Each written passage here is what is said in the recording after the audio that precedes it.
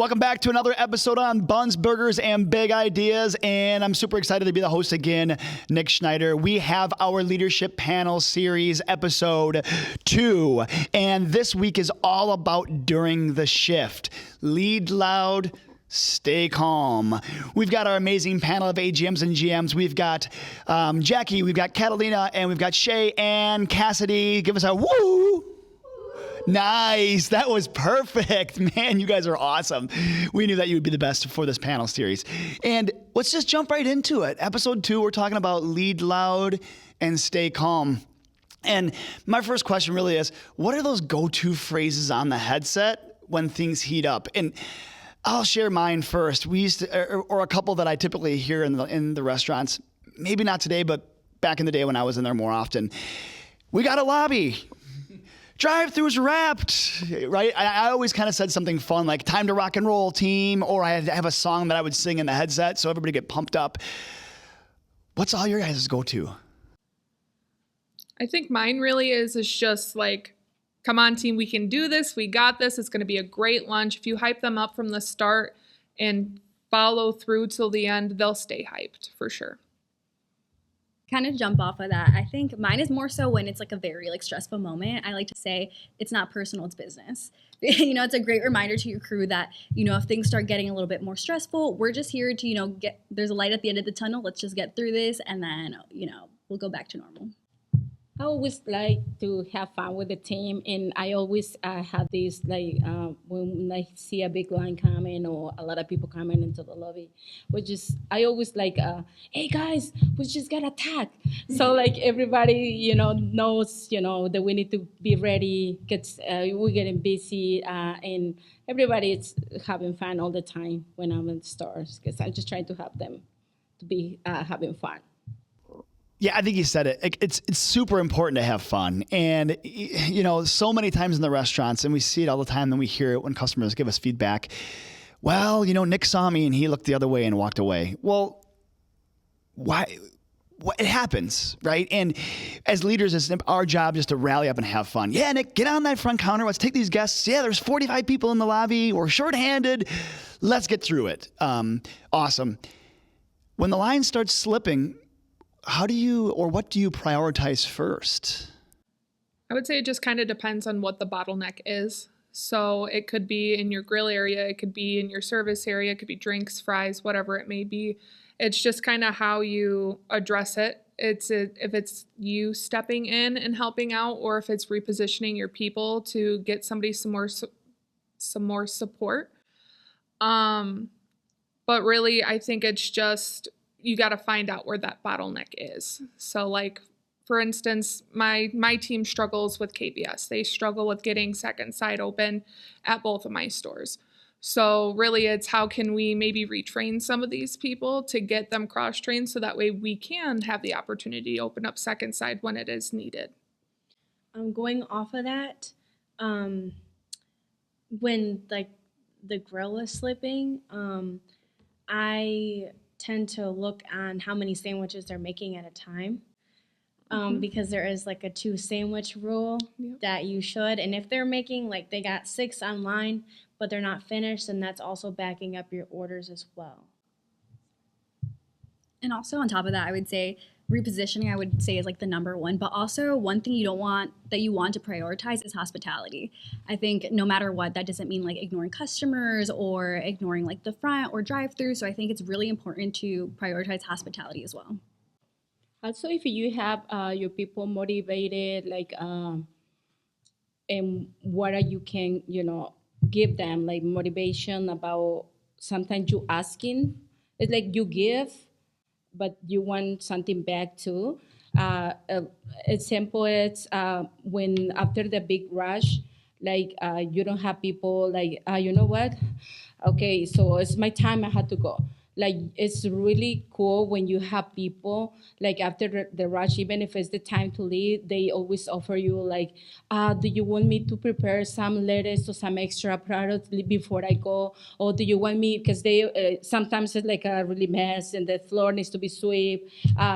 People, even if you not ask them, they come to you and hey, do you want me to sweep them up before I go? And it's a really cool. You feel that supporter. from your team. When after the rush, they offer to help you more. And even, if a schedule says that they had to leave. So it's a really cool thing that you feel that super supported from your team. Yeah, I kind of want to go back to what Jackie said about the hospitality part, especially when we get our butts kicked, right? Always follow on your standards. And Shay, you said it too, like, hey, let's do 2 at a time. Let's make sure we're not doing 6 sandwiches because there's 6 sandwiches on each order. Coming back to the hospitality piece, though, is customers always remember that. Like, they remember the attitude and the atmosphere that we give them. They often forget about maybe how slow we were. So like I said earlier, when Nick's looking and turning the other way, like, they already saw me, like, what am I doing? So maybe just tell us a little bit more, maybe from everybody, why it's important to always have that high hospitality expectation in our team. I think you said it really well. They're going to remember when we are the nicest person to them, and they're not going to remember about the wait. I think everyone should remember, like, service with a smile. And I say that all the time. And it's not just service with a smile. It's, you need to have a smile in your voice, because people can't see you in the drive-thru. They can't see the look on your face right now. You could have a bored look on your face, but as long as you have that smile and you're saying your pleases and your thank yous and have great days, that's the thing that people are going to remember the most. Also with that, I think it goes back to, like, the kill 'em with kindness. I think, again, people remember how you treat them as well. So whether that's offering, to your discretion, either like a free meal card or utilizing those, like, different freebies that we have, definitely changes the experience of a customer. Going off that example, I actually had, like, someone upset about the wait time. I think we had like 2 call-offs and no one would come in. It was like a Sunday.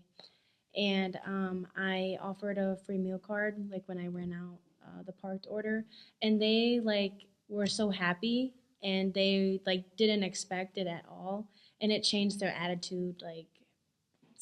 It changed their attitude, and they were actually, like, really satisfied with the customer service. Yeah, I think it's really cool. And I put myself in a customer's shoes, right? Like, it's really cool when the server or the service or the restaurant staff says, yeah, we know we're really slow today. We're really sorry. Like, I don't need excuses as a customer because I work in restaurants. But when I go out to eat, I see that a lot. Sometimes when we admit our faults and we talk about that to the customer, they're like, hey, it's no big deal. We can see that you're shorthanded. Like, we don't have to go out there and tell them we're shorthanded. Sorry about the wait. They know we are. So be hospitable, be friendly. Kill them with kindness, I think, is important. And like you said, Cassidy, they'll remember the awesome service that we gave them and not the horrible slowness. What's the one thing leaders do during the rush that accidentally makes it worse? No, I could probably start this one off. Like, there were so many times where I thought I was better at things than everybody else. Like, oh, look out, I'll take over Drive-Thru, or I'll move over, I'll do fries. And I don't think it ever helped anything. What do you guys do on accident, or what do we as leaders do on accident that make it worse? We tend to panic when things get really busy, and it makes it worse because then your team is going to panic as well. So you have to stay calm and you have to stay positive. And if you have to, like, switch something, like, be very nice about it, respectful about it. Don't just say, like, hey, you're too slow. Do this instead.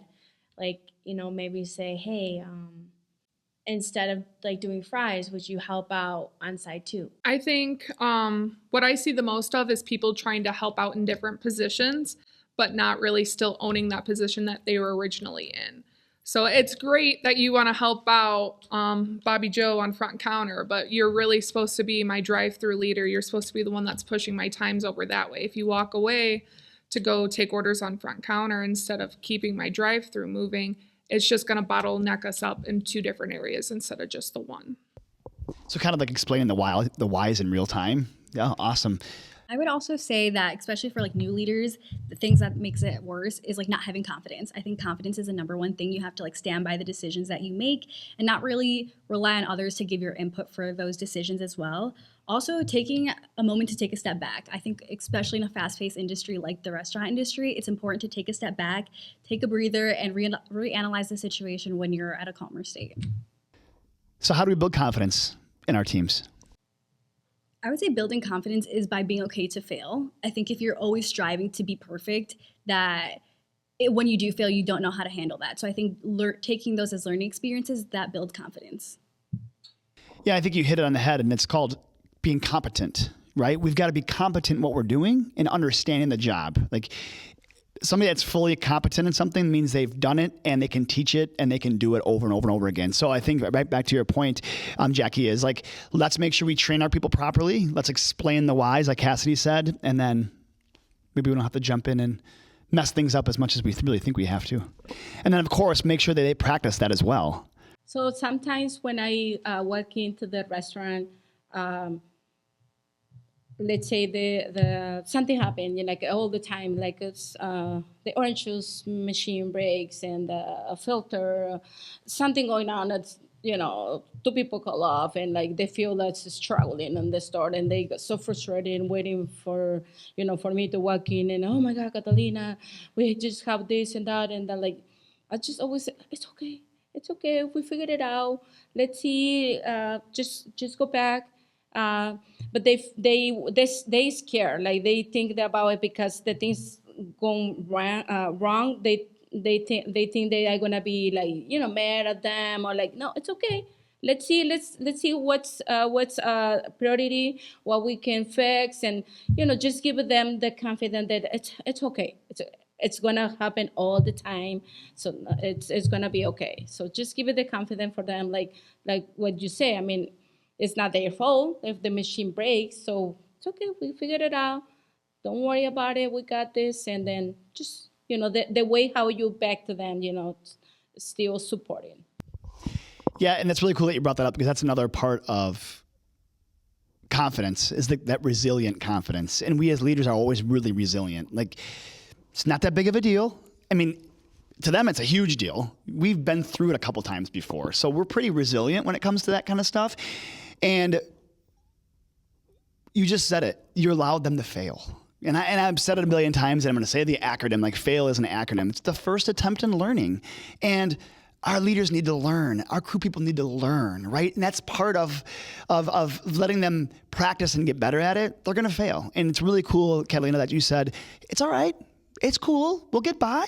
So our drive the times are at 200 seconds. Did we learn? Yeah, I'm not going to do that anymore. Okay, cool. Let's make sure that we reset that standard and we get back onto it. Sometimes happens with the times. I mean, it's let's say for lunch time, it's 3 hours. So you set the targets for 3 hours. So something happened. You got maybe the wrong person there, or the ABS breakdown. Anything happens. So you have a really bad numbers. And then I always like, it's okay. You still have 2 more hours. So even in the last hours, for you like close in the second hour, I'll still like try to motivate them. It's okay. It's 2 hours, but we still have this last hour. Let's catch out. Let's make sure you have a people and the right spot. Let's focus on this and we can make it. So I still try to motivate to keep them not to give up, because I still have the time and we cannot say no until the end. And I also feel like as leaders, we kind of struggle sometimes to give out the positive feedback as well, instead of just saying like what they're doing wrong and that criticism. It's important to tell them what they're doing right so they can keep on doing it. I often relay running a shift like a football game. Now, I don't know football that much, but it's pretty straightforward. You fumbled the ball. You lost some yards, right? Your orange juice machine. Who cares, right? We had a hiccup. Don't let that small moment ruin the rest of our shift or the rest of our day or week, because so many times we get trapped in that emotional roller coaster of the orange juice machine. Hey, like you said, Catalina, we still have another quarter in the game. We still have another hour in the 3-hour peak. Let's rally up. Let's run 90-second OP or whatever we need to do to make up for the time, and let's win this game. And then make sure we come back and we reinforce the positivity. Like when I come in and it's 200-second OP, Shay, like you said, they did something good. What was it? Finding that. We had the tools really easy how to find that way. Pull it up. Hey, you know what? OP wasn't so good, but KVS was 42 seconds. Or, hey, guess what? Our delivery time, was under 3.5 minutes. Or, hey, everybody came in today. Could be one of them. So always finding the positive thing. And it's hard. Sometimes it's hard. it's so easy to know what's going on before we get back to the restaurant. Like, I don't know about you guys, but when you're off, do you ever look at that device? Probably sometimes. Or before we go into the restaurant at 7 or 8 o'clock in the morning, we're like, geez, why is Nick's Opie at 220 seconds? It's easy to have that misery creep in. So just making sure that you stay positive, especially when you go in the morning, because we're the leaders. And you know there's things that are going to happen, but you got to be positive.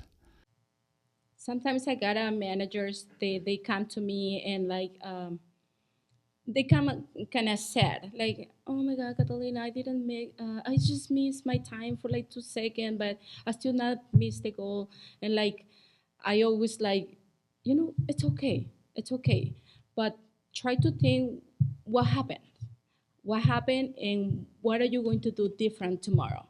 So what was the problem? So what do you think it was the problem? Maybe you didn't put the right position in the right place.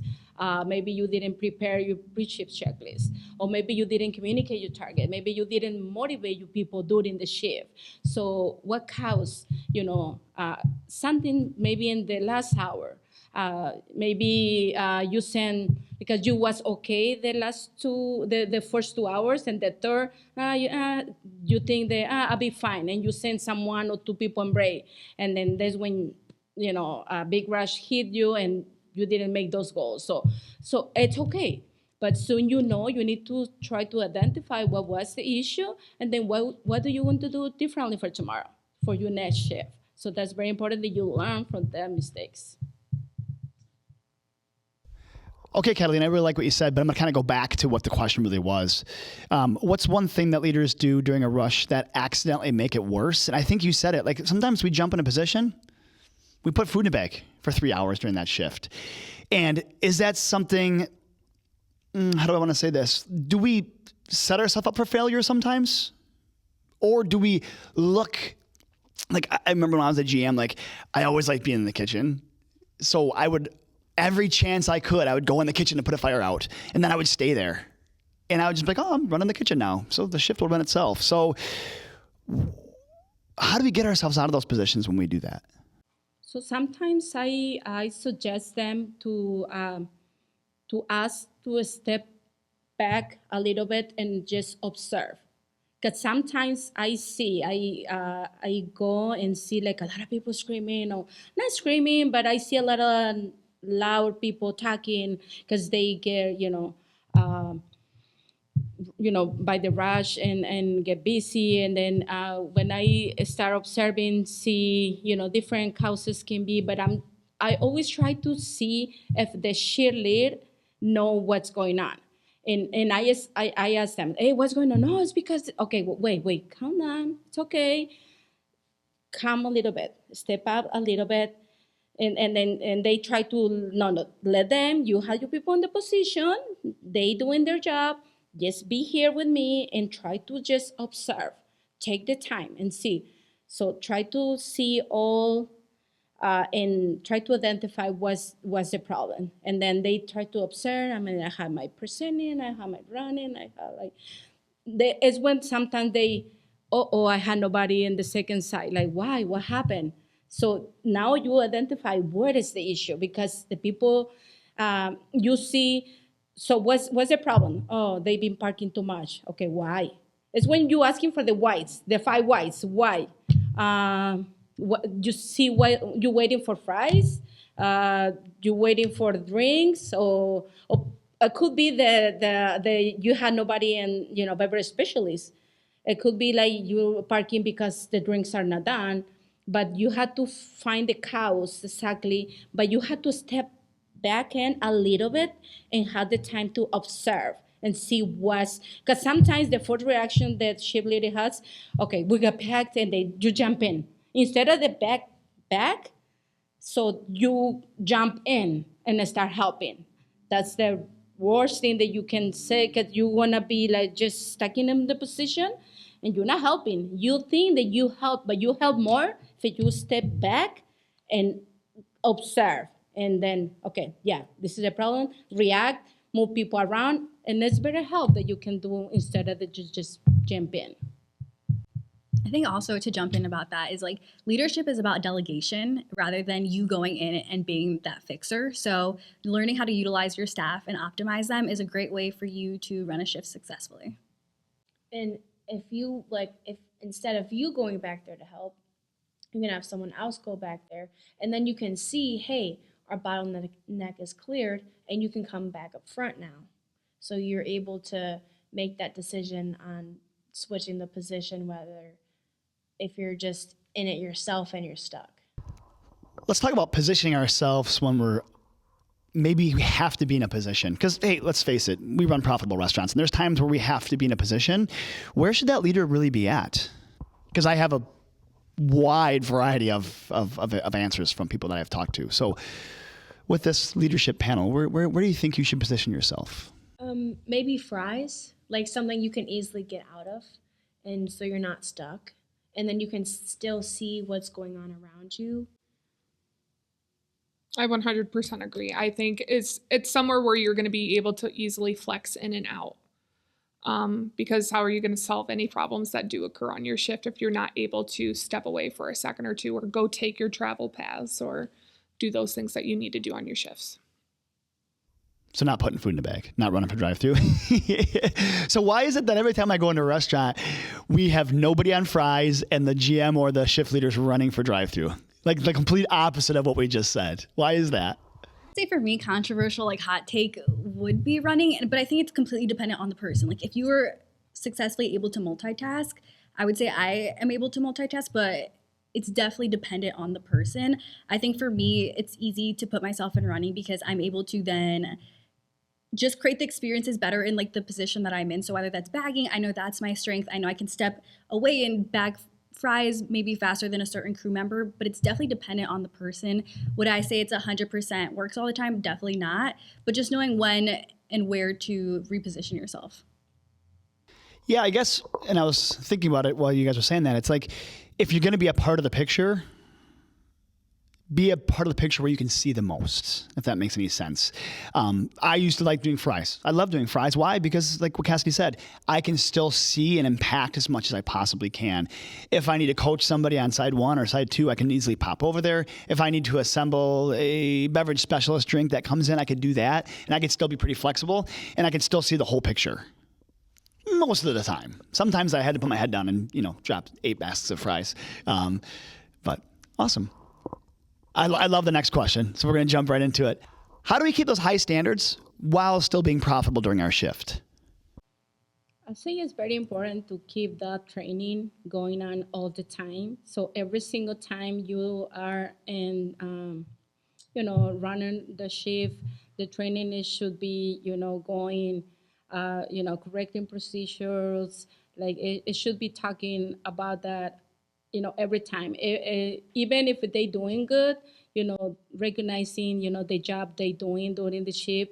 But it's very important for you to keep that training, going on because, sometimes you have to call us and it's very important for you to keep the people, strong all the time. Let's say if you try to train your people in service at the same time in the kitchen. So for anything happen, you easily go to send whoever is in service, okay, can you help me in the kitchen, because that you've been having the training and then they able to support you, in both areas. Or let's say, like I say, it's short staffed for any reason.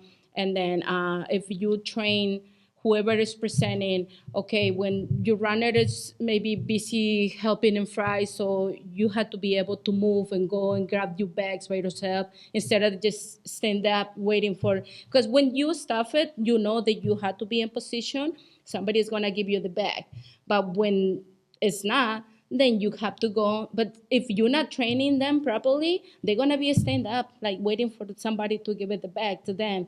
So that's very important. And if sometimes happens, that you're not gonna be like super struggling because you train your people to do two different jobs in once, and they're gonna be supporting, during the shift if something happened like that. It's not like you have to call people or anything, but it's not that you have to call the people. It's something happens, people didn't show up, but now you have strong people because you've been training them, and then you're gonna be ready to go, and that's like winning not to fail. Speaking on that, like maybe training people to upsell. Hey, would you like to make that meal large, or do you want that drink a large? And also not only like upselling, but maybe asking them to donate to their Ronald McDonald House. Hey, do you want to round up today? And a lot of people, like if you ask, they will do it. I think also adding on to that, a big thing that we push is like the voice. So creating those standards of them giving us feedback on how to improve our hospitality and customer service and business overall, while also throwing in a freebie for them on their next visit is a great way to be profitable as well. I think for me, it would be, leading by example. So like if you're the one that is, every now and then we have to be on a headset, right? Like every now and then. So, when you're on headset, you're doing those, pre-sales like, oh, did you hear we have these new, cosmic drinks, or I don't know if they're called cosmic ones anymore, but, Dirty Dr. Pepper. Would you like to try Dirty Dr. Pepper today? And then, like you said, like upselling the most, but post-selling too. This is something that I try to do in both my stores is, would you like to add on an apple pie? And I always say apple pie for $1.89 because they know that if it's less than $2, they most likely will buy it. Because it's like, oh, it's $1 and some change for an apple pie. Like 9 times out of 10, they take it. And then just like leading by example though too. So like if you are in a position, you need to own that position at all times and show people around you this is the way you do it. Like this is the standard. If I can do this every single time, you can do this every single time. So we talk about profitability. What does profitability mean to you as the leader in the restaurant? Because we heard a lot about suggestive selling, post-selling, cross-training our people. So when we are short-staffed, we have, somebody can, when the ball is dropped, they can pick it up and run to the end zone.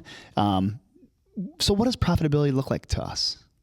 I think profitability to me means like, how are we best being efficient and optimizing? So again, those pockets of time where we do have some downtime. Are we cleaning? Are, we keeping the store clean? But are we also then, cross-training as well? Using those different pockets of opportunity to also like enhance other people's skill set is a good way that I would describe profitability as. And controlling something. So like your food cost, your labor and things like that. So making sure like if you're the GM in the store and you're not the one that's doing the truck order, making somebody that is trained the correct way on how to do it. So that way you're not ending up with, 4 cases of chocolate milk on accident, or really that person that's gonna help you control labor at all times too. I have one manager at one of my locations to where he's constantly talking about labor. Even if he's not in the store, he will comment in our chat and he's like, hey guys, I notice it's a little high right now. Like, what can we do to get it down? Just having somebody that's going to support you, especially when you're not in the store, get those goals met. Because being profitable in a business is tricky. And we're kind of teaching shift leaders that maybe don't have that business mindset. So like, I think what you said, Cassidy, is like, hey, explaining to them, talking about it, and, using your time wisely and cross-training is really important. I think we can talk more a little bit about food costs. Food costs is going to be always on the floor, and I think it's very important that communication that we have with the entire team about the importance to put any of the calling out sandwiches, for any mistakes or any sandwich, important to put it in the register, or the important about if you see a nugget in the floor, like put it in a waste bucket. Make sure, we follow the e-production to make sure we're cooking, following the e-production. But those kind of communication, that's very important. If we keep those during the shift, by the end of the day, it's going to be how you really, really controlling and working on your food costs if you have those communications with them. At the same time, if, how you take care of your equipment, with the training. That's why it's very important. If you see someone doing things in the wrong way, just correct them, because you're gonna break it if you do it this way. So just take care of the equipment. So it's gonna be, taking care of, and it's just all help about to have those training, those communication during the shift, and it's gonna be supported. Lead loud and stay calm. We talked a lot about what we did during the shift today, and it's pretty amazing about how awesome you guys are, what kind of amazing leaders you are in the restaurants. And we just talked more about prioritizing, making sure that we're taking care of our people during the shift, making sure that we position them and reposition them, and then make sure we're nice about repositioning them. We talked about things are going to happen, right? People are going to fail. It's okay to say it's okay. We've got to see the forest through the trees. We have to be able to step back and listen and watch and observe the mistakes that are happening instead of just being that firefighter with a big hose and spraying every fire that we see. And it's okay to be in a position to hit profit. We're going to be on fries. Maybe we're putting food in the bag when we really shouldn't be, but we think it's great. Take the time to cross-train our people. Care about our people, because when the shit hits the fan, like literally hits the fan, they're there to enjoy it with us. Because at the end of the day, we should enjoy our shift and hope that they come back tomorrow and go through the crazy everyday shift that happens at McDonald's. Super excited. Yes, you guessed it. Next week, we are going to go over the after the shift. And we're going to kind of close out our episode 3 with that. And we're going to close episode 2 today with the same way we always close every other episode, and that is... Listen, learn, lead. Thanks for joining us on Buns, Burgers, and Big Ideas. We hope today's episode inspired fresh ideas for your leadership journey. Be sure to subscribe so you never miss an episode, and keep learning with us as we continue to explore leadership in the QSR world. Until next time, take care and lead well.